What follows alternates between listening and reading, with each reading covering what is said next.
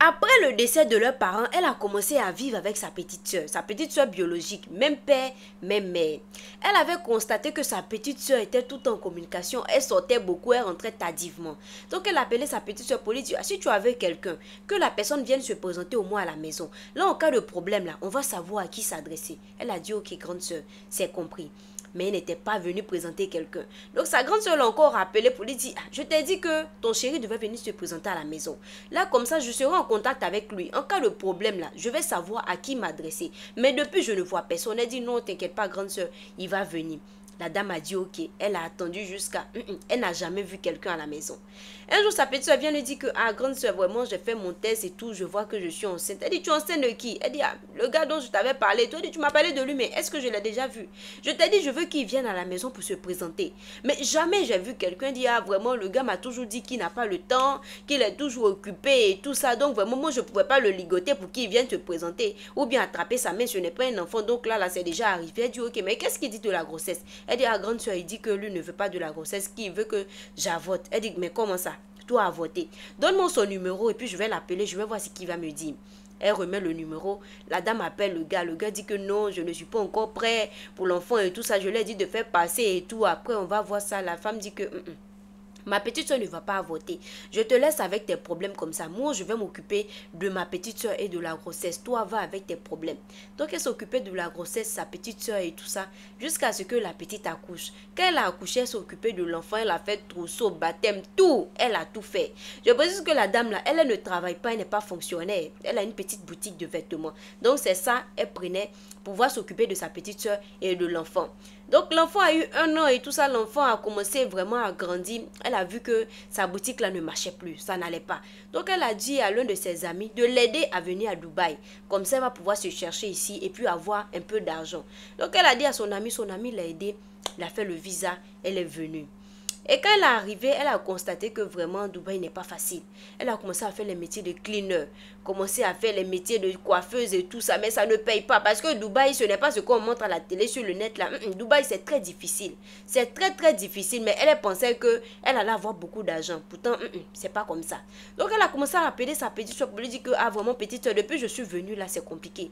Je pensais que j'allais m'en sortir, j'allais avoir les gros salaires et tout ça pour pouvoir vite rentrer, mais ce que je suis en train de faire ici là, c'est compliqué. Je nettoie les toilettes, je fais les métiers bizarres, mais le salaire même là, ce n'est rien, ça ne vaut rien.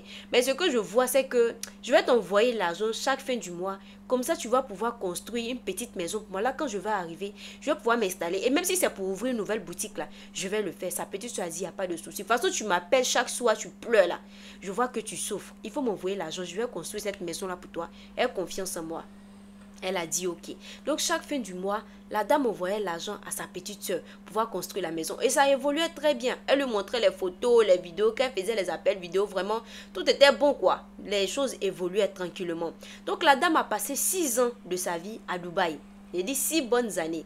Elle a passé toutes ces années-là ici en train de travailler. Donc elle envoyait l'argent et tout. Donc sa petite soeur a dit oui, que c'est fini et tout, c'est bon. Donc elle a dit ok, moi je vais chercher à rentrer parce que le travail que je fais ici là, ça ne me va pas. Je suis déjà fatiguée. Elle a 49 ans. Donc elle dit je suis déjà fatiguée, je vais rentrer. La petite soeur a dit non, tu peux pas rentrer, c'est pas le moment. Il y a des choses qui sont pas encore bien finies et tout. Envoie-moi encore un peu d'argent, je vais tout finir et puis tu vas venir. Elle dit que ah mais tu m'as dit que c'était fini.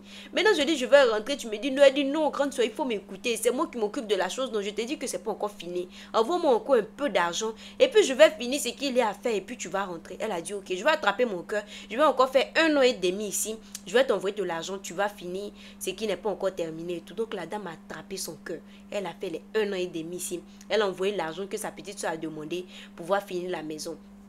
Elle voulait rentrer, sa petite soeur lui a dit non.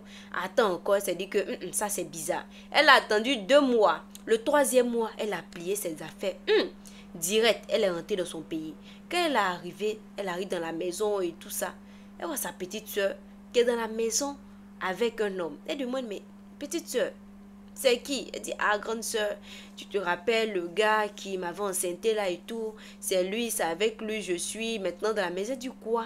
Le gars qui t'avait enceinté, moi je l'ai appelé, il m'a dit qu'il n'est pas prêt pour cet enfant-là. Et maintenant, tu vis avec lui dans la maison que moi j'ai construite avec mon argent. Donc c'est pour ça que tu ne voulais pas que je vienne. Tu me disais non, de t'envoyer encore un peu d'argent, de te donner du temps et tout ça. Ok, donc moi je suis arrivée, libérer la maison. libérez la maison et moi je vais venir m'installer parce que ce n'est pas votre maison. La fille lui dit que non, non, la maison là est au nom de mon chéri. Et au nom de mon chéri, ce n'est pas à ton nom. Elle dit quoi? Comment ça?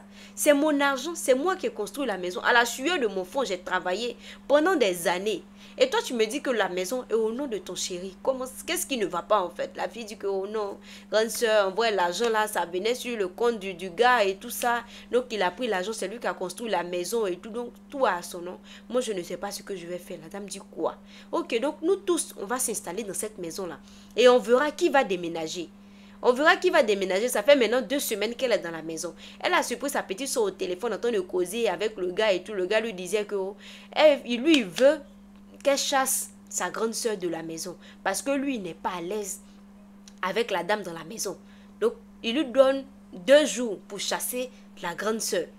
Pour chasser la grande soeur parce que lui n'est pas à l'aise. Il n'est plus à l'aise dans la maison depuis qu'elle est arrivée. Donc, il donne 2 jours à la petite soeur pour qu'elle chasse la grande soeur. C'est qui a envoyé son argent pour construire la maison.